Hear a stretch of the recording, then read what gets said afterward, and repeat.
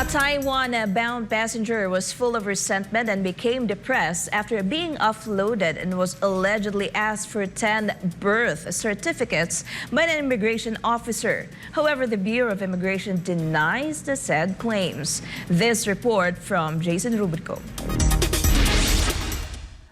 Amy Liao's cousin's plan to go to Taiwan for a 2-week vacation was postponed. According to Amy's story, her cousin was offloaded twice after failing to provide the 10 birth certificates required by the immigration officer to prove the relationship between the two of them as relatives. This would have been Amy's cousin's first out-of-the-country trip, and because of what happened, her cousin became depressed and resentful. Depressed po siya, parang disappointed kasi nandun po yung nandun po yung feeling niya na porket mahirap lang ako, ganito na yung judge sa akin.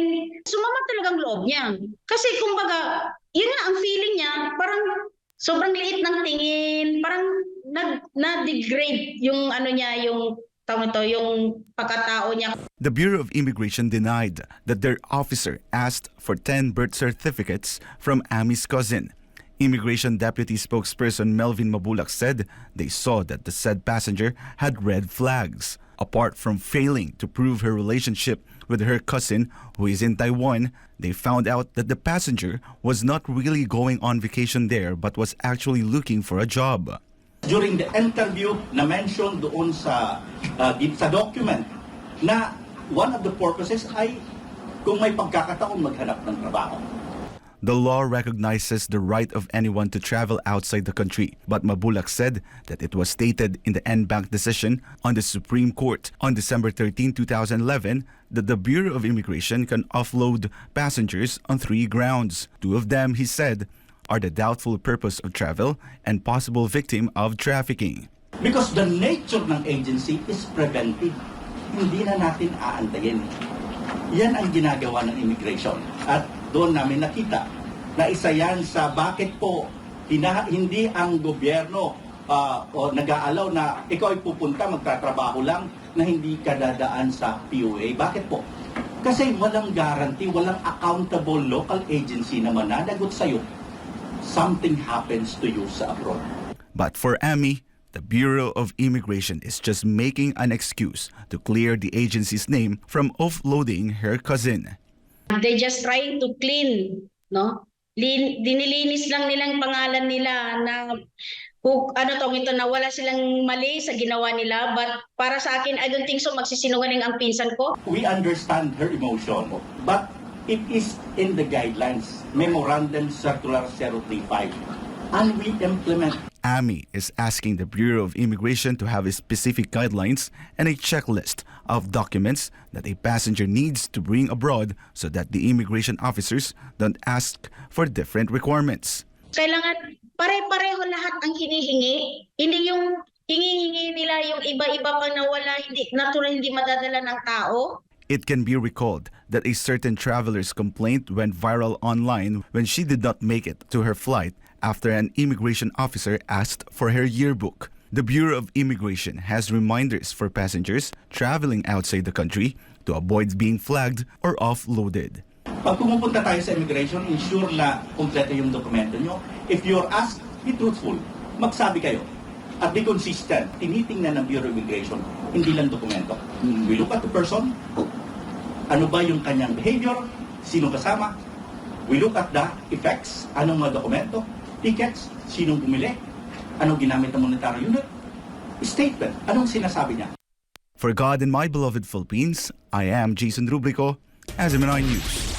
President Bongbong Marcos has signed an executive order aimed at facilitating the entry of investments into the country. MJ Mondihar has the details.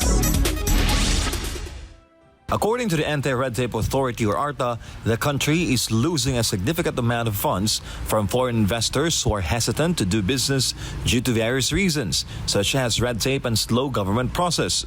This is further exacerbated by corruption within government agencies. Ako po ay sigurado na millions and billions ang nawawala sa kaban ng bayan pagpatuloy ang red tape at corruption. To prevent the waste of foreign investments, President Bongbong Marcos on Thursday presented a solution. In a hotel in Pasay, the president led the launching and covenant signing of Executive Order Number 18. The EO will establish green lanes to expedite the licensing and permitting processes for foreign investors. And so when we say that there will be one avenue, one lane, one green lane, is that we establish a system whereby our potential investors will go to the DTI, will go to ARTA, will go to wherever the appropriate department is. That department will then take on that load and say, whenever you have we will be the ones to call our counterparts in the other departments. Previously, applicants would have to navigate through various agencies to apply for permits. But now, according to the president, we will go there, get the documentary requirements, get the signatures that are needed, and anytime that you have a problem, you come to one person. You have one person, one agency that you will talk to. And we will take care of it from our end. President Marcos continues to monitor the results of the green lanes. In fact, the DTI Board of Investments will establish a one-stop action center for strategic investments, serving as a single entry point for all qualified projects and investments. This will be accompanied by the launch of electronic submission and issuance of permits, clearances, payments, certifications, and other documentary requirements. For Sun Asia Energy Inc., the company finds the president's program beneficial, especially since it covers almost all government agencies. Very important siya kasi meron tayong tinatawag na cost of money na pag naglagay ka ng iyong investment, syempre, kailangan mong gastusin para naman matayuin mo yung project mo. Nagtatagal yun. So yung cost of money mo, medyo tumataas. Covers national government agencies, GOCC, saka LGUs. So lahat covered except judiciary saka legislature. With that, the Marcos administration remains steadfast in their commitment to use the full potential of the country to be the #1 investment hub in the next 6 years. For Ganamabalo, Philippines, MJ Mondiha, SMNI News.